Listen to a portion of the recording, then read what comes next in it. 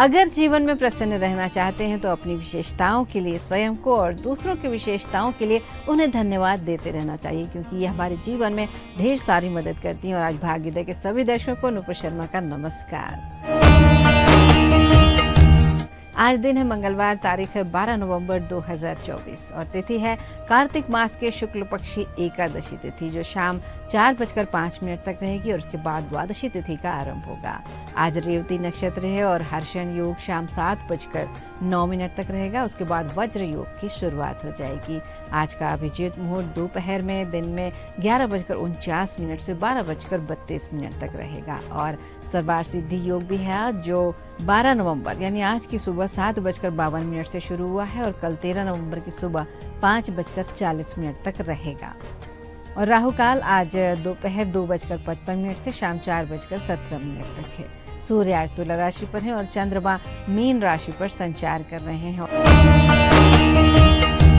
12 नवंबर को प्रबोधिनी एकादशी, देवउठनी एकादशी या देवउठनी 11, ढेर सारे नामों से हम आज के दिन को जानते हैं। तो आषाढ़ शुक्ल एकादशी जब देव शयन हो जाता है, उसके बाद चतुर्मास शुरू जो होता है, उसका अंत, उसका समापन आज यानी कार्तिक शुक्ल पक्ष एकादशी के दिन होता है, जिसे हम देवोत्थान उत्सव के रूप में मनाते हैं। आज के दिन वैष्णव ही नहीं बल्कि स्मार्ट श्रद्धालु भी बड़ी आस्था के साथ एकादशी का व्रत करते हैं। बड़े मनोहार से श्री हरि को जगाया जाता है। 4 महीने के निद्रा से उनका षोडशोपचार विधि से पूजा किया जाता है और अनेक प्रकार के फलों और नए नैवेद्य अर्पित किए जाते हैं। और बहुत सारे लोग आज के दिन व्रत उपवास भी करते हैं और केवल एक समय कई लोग फलाहार लेते हैं। एकादशी के व्रत में रात भर जागकर हरि नाम का संकीर्तन करने से भी भगवान विष्णु प्रसन्न होते हैं। और आज के दिन भगवान की प्रसन्नता के लिए स्नान, दान, तप, यज्ञ आदि करने से अक्षय पुण्य मिलता है। प्रबोधिनी एकादशी के व्रत से बाल, यौवन और वृद्धावस्था समस्त अवस्थाओं में किए गए सभी प्रकार के पाप नष्ट हो जाते हैं। और आज रात्रि जागरण का फल चंद्र सूर्य ग्रहण के समय स्नान करने से जो फल मिलता है, उससे भी 1000 गुना अधिक माना जाता है। और आज के बाद से विवाह, सगाई, मुंडन, गृह प्रवेश, गृह निर्माण जैसे सभी शुभ कामों का फिर से शुभारंभ हो जाता है। ये दिन उसी का प्रतीक है। और पंचांग की बात करें तो कार्तिक मास के शुक्ल पक्ष की एकादशी की शुरुआत कल 11 नवंबर को शाम 6:40 पर हो चुकी है और एकादशी तिथि का समापन आज शाम 4:04 पर होगा। और उदया तिथि के अनुसार देवउठनी एकादशी का व्रत आज रखा जाएगा, मंगलवार के दिन रखा जाएगा। और आज 3 बड़े शुभ योग भी बन रहे हैं। रवि योग सुबह 6:50 से शाम 5:16 तक है। सर्वार्थ सिद्धि योग शाम 5:16 से कल सुबह 13 नवंबर की सुबह 6:51 तक रहेगा।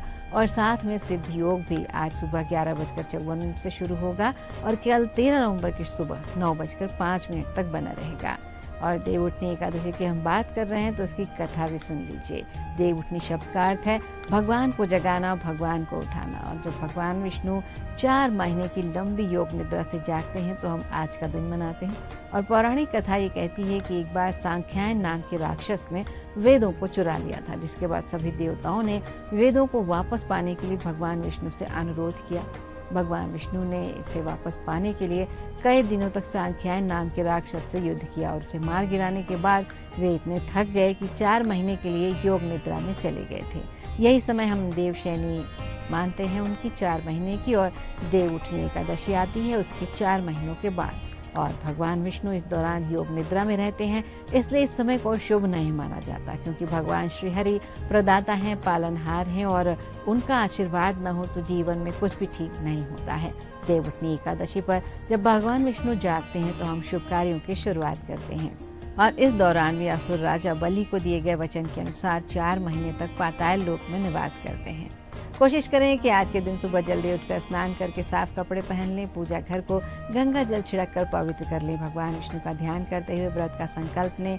और व्रत न कर सके तो फिर पूरे घर की ठीक से साफ सफाई करें, आंगन में या फिर पूजा घर के बाहर गन्ने का मंडप बनाएं, चारों ओर चौक पूरे सुंदर सी और बीच में भगवान के चरणों की आकृति बनाकर उसे ढांक दें। घर में ओखली है तो उस पर गेरू से भगवान विष्णु का चित्र बना लें। इस चित्र पर मिठाई, मौसमी फल, सिंघाड़े, गन्ना और आंवला अर्पित किए जाते हैं और उनकी पूजा की जाती है। शाम को भगवान विष्णु का आह्वान करके उन्हें जगाएं, शंख और घंटी बजाते हुए उठो देव उठो की आस लगाएं और फिर उनकी आरती करें, उन्हें जागने के लिए धन्यवाद दें, क्योंकि इससे संसार का काम चलना होता है, शुभ काम शुरू हो जाते हैं। दीपावली की तरह आज के दिन भी रात को पूजा स्थल और घर के बाहर दीपक जगमगाने चाहिए। घर के सभी सदस्यों को भगवान विष्णु की पूजा करनी चाहिए और आज के दिन भगवान के चरणों का स्पर्श करके जो मनोकामना की जाती है वो पूरी होती है, ऐसा माना जाता है। और भगवान की योग निद्रा से जागने के फलस्वरूप शालिग्राम स्वरूप से तुलसी का विवाह कराया जाता है, इसलिए आज के दिन को तुलसी विवाह का दिन भी कहा जाता है। इसके पीछे प्रकृति के संरक्षण, ऑक्सीजन को बढ़ाने और वैवाहिक सुख की भावना भी होती है। इसे संपन्न कराने वालों को भी वैवाहिक सुख की प्राप्ति होती है और वैवाहिक जीवन सुख में बीतता है। आज के दिन पीले रंग के वस्त्र, केला, केसर, चने की दाल जैसी चीज़ों का दान करना शुभ होता है। आज के दिन गंगा स्नान, दान, ब्राह्मण भोज कराना शुभ होता है। हल्दी, केला और केसर इन चीज़ों का दान करने से विवाह संबंधी परेशानियां भी दूर होती हैं। और आज के दिन भगवान श्री हरि विष्णु का केसर वाले दूध से अभिषेक करना चाहिए। अगर छात्र हैं तो उनके लिए एकादशी के दिन श्रीमद् भागवत कथा का पाठ करना बहुत शुभ होता है। आर्थिक परेशानी दूर करना चाहते हैं तो भगवान विष्णु की पूजा करके एक पान के पत्ते पर ओम विष्णवे नमः लिखकर भगवान के श्री चरणों में अर्पित करें और अगले दिन इस पत्ते को पीले कपड़े में लपेटकर अपनी तिजोरी में रख लें। आर्थिक समस्या का निवारण होने लगता है। वैवाहिक जीवन में कलह है, झगड़े हैं तो उनका अंत करने के लिए आज के दिन तुलसी विवाह करें, उनका पूजन करें। माता लक्ष्मी और तुलसी को 16 श्रृंगार की सामग्री अर्पित करें। आज के दिन पीपल के पेड़ के नीचे घी का दिया जलाएं तो भगवान विष्णु के साथ माँ लक्ष्मी का आशीर्वाद भी मिलता है और जीवन से दरिद्रता भी दूर होती है। आज के दिन तामसिक आहार, प्याज, लहसुन, मांस, मदिरा, भासी भोजन नहीं करना चाहिए। धर्म ग्रंथों के देखें उद्धरणम तो श्री कृष्ण ने इसका महात्म बताते हुए कहा था कि जिसके राज्य में एकादशी के दिन प्रजा से लेकर पशु तक कोई भी अन्न नहीं ग्रहण करता था, उस राज्य में एक दिन भगवान विष्णु ने राजा की परीक्षा लेने का निर्णय किया और सुंदरी का भेष बनाकर सड़क के किनारे बैठ गए। राजा की भेंट जब इस सुंदरी से हुई और उन्होंने उससे इसका कारण पूछा तो उसने बताया कि मैं अकेली हूँ, बेसहारा हूँ। राजा उसके रूप पर मोहित हो गए और बोले कि तुम रानी बनकर मेरे साथ महल में चलो। सुंदर स्त्री ने राजा के सामने शर्त रखी कि जो भी वो प्रस्ताव वो रखेगी उसे स्वीकार करेंगे, उसे पूरे राज्य का अधिकार दिया जाएगा और वो जो बनाए वो राजा को खाना होगा। राजा ने उसकी शर्त मान ली और वो उनके घर आ गई। अगले दिन एकादशी पर सुंदरी ने मांसाहारी भोजन बनाकर राजा के सामने प्रस्तुत कर दिया। राजा ने बताया कि आज एकादशी के व्रत में मैं सिर्फ फलाहार ग्रहण करता हूँ।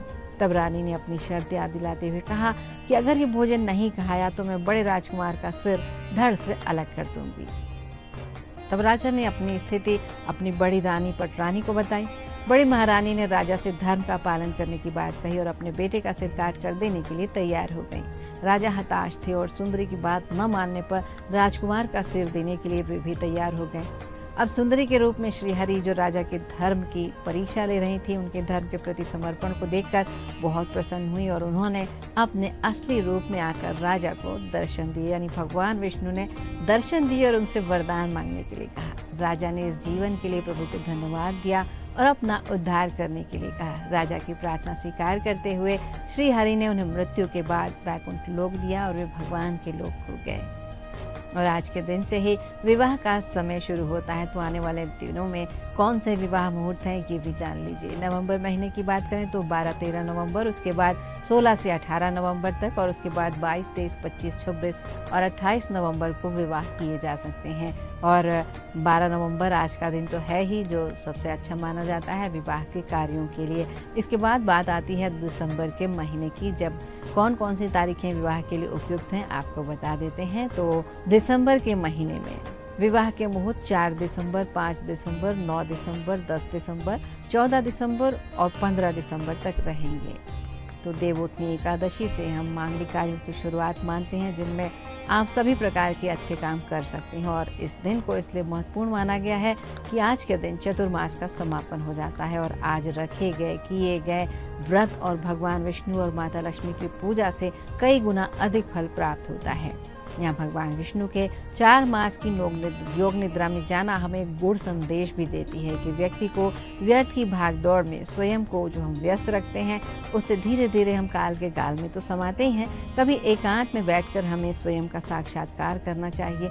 विष्णु जी का चतुर्मास हमारे लिए स्वयं को जानने और प्रभु से साक्षात्कार करने का एक अवसर है। देवोत्थान ये संदेश देता है कि जब जातक स्वयं को जान लेता है और सभी प्रकार के विकारों से मुक्त हो जाता है, तब वह महात्मा बुद्ध की भांति संसार के कल्याण के लिए जीने लगता है। और जब हम स्वयं को जानते हैं तब स्वार्थ को त्याग कर परमार्थ के लिए कर्म करते हैं। यही देवोत्थान एकादशी की सार्थकता है।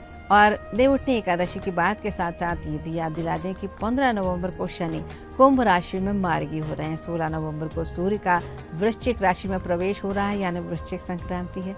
बुध देव 16 नवंबर को वृश्चिक राशि में मार्गी हो जाएंगे और महीने के अंतिम दिन इसी राशि में अस्त हो जाएंगे। ये गोचर प्रातः 7:40 पर होगा। इस गोचर के प्रभाव से नकारात्मक ऊर्जा और असफलता का सामना कई राशियों के जातकों को करना पड़ सकता है। और बुध ग्रह 30 नवंबर को वृश्चिक राशि में अस्त होने जा रहे हैं। इसके बाद बृहस्पति ग्रह 28 नवंबर के दिन मृगशिरा नक्षत्र से निकलकर रोहिणी नक्षत्र में परिवर्तन करने जा रहे हैं। और इसके बाद अगली बात करें तो जातकों को इससे सामाजिक क्षेत्र में मान सम्मान मिलेगा, आर्थिक रूप से लाभ होगा, व्यापार व्यवसाय में सफलता भी मिलेगी। तो इसके भी हम आगे के अपने लोग एपिसोड्स में चर्चा करेंगे। और आज के लिए यही अनुमति दीजिए। आप सभी को एक मंगलमय दिन की शुभकामनाएं और देवोत्थान एकादशी की ढेर सारी शुभकामनाएं। आज के दिन को खुशी से मनाइए, अच्छे से मनाइए और ढेर सारी रोशनी अपने चारों ओर कीजिए, अपने मन में कीजिए। इसी बात के साथ नमस्कार, नूपुर शर्मा की ओर से।